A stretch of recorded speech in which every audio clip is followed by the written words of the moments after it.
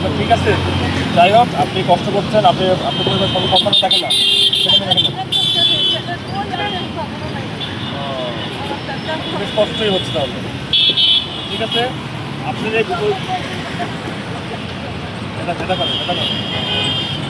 আচ্ছা আপনার হচ্ছে আপনার এই ভিডিওটা ধরো ওরা করছিল, হ্যাঁ ভিডিওটা আপনি তারেক রহমানকে চেনেন তো, প্রধানমন্ত্রী তারেক রহমান। টিভি দেখছেন উনি কিন্তু আপনার ভিডিওটা দেখছেন, দেখে উনি আমাদের পাঠাইছে যে আপনি কষ্ট করে আপনি সংসার চালাচ্ছেন, ঠিক আছে আপনার পাশে একটু সাক্ষাৎ করি, ওনার কথা বলি। ফোন করে উনি দেখছে, দেখার কারণে আমরা আপনার কাছে আসছি। যেহেতু আপনি খুব কষ্ট করে আপনি যে আপনার কোনো মানে পুরো মানুষ, আপনি নিজে বয়স্ক মানুষ, আপনি পানি বিক্রি করতেছেন, কষ্ট করে চলেন। মায়ের একটা শুরু বলো, আপনি 60 ফিটে থাকেন না? ও আচ্ছা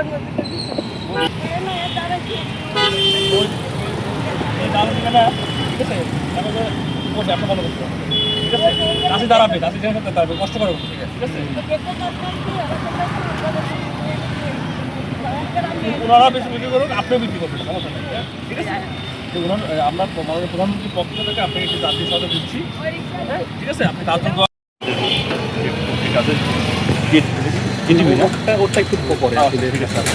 মূলত আপনারা জানেন যে এই রাতুল 5 বছর বয়সী এই বাচ্চাটা একটা ভিডিও বেরোয়েছে, আপনার নিউজ হয়েছিল দেশের পত্রিকায়, যে ও 5 বছর বয়সী একটা বাচ্চা সে মাছ বিক্রি করে সংসার চালাচ্ছে।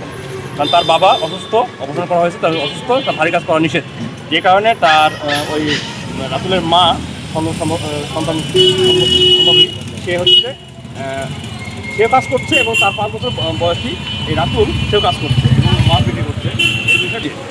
আর এই সংগঠনে আমরা রোহন ভাইকে উনি নির্দেশনা দেন দ্রুত এই রাতুলের পাশে দাঁড়াতে হবে, এবং রাতুল যে কাজ করছে সেগুলো মায়া হয়।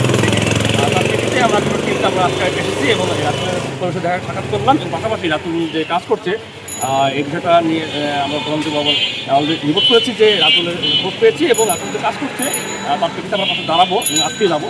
আর আজকে আসলাম, এবং রাতুলের পরিবারের তার পিতা যে অসুস্থ, তার চিকিৎসার জন্য আমরা কিছু আর্থিক সহায়তা করলাম মাননীয় প্রধানমন্ত্রীর পক্ষে।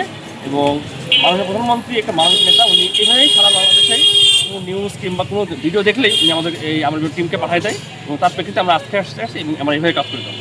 একটু জানতে চাইবো রাতুলের জন্য ভবিষ্যতে আপনারা আসলে কী করবেন বা তার জন্য কী করা হবে?